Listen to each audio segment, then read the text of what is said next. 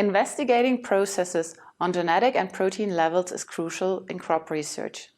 Our approach enables inspection of secreted maize proteins with high spatial temporal resolution at different infection sites and tissues.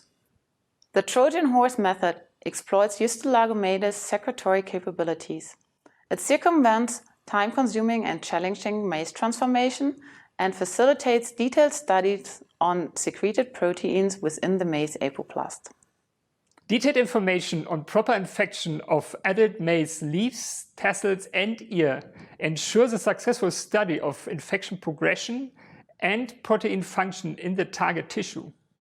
Demonstrating the procedure will be Isabell Fiedler, a grad student from the laboratory.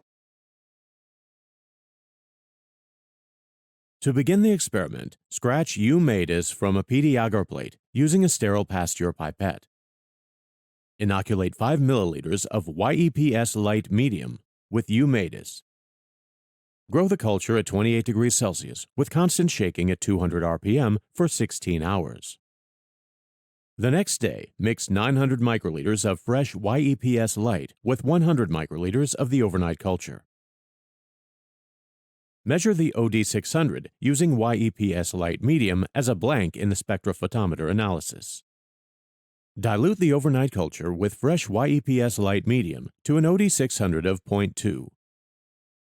Let the culture grow at 28 degrees Celsius with constant shaking at 200 RPM until it reaches the mid-log growth phase, indicated by an OD600 of 0.8 to 1.0.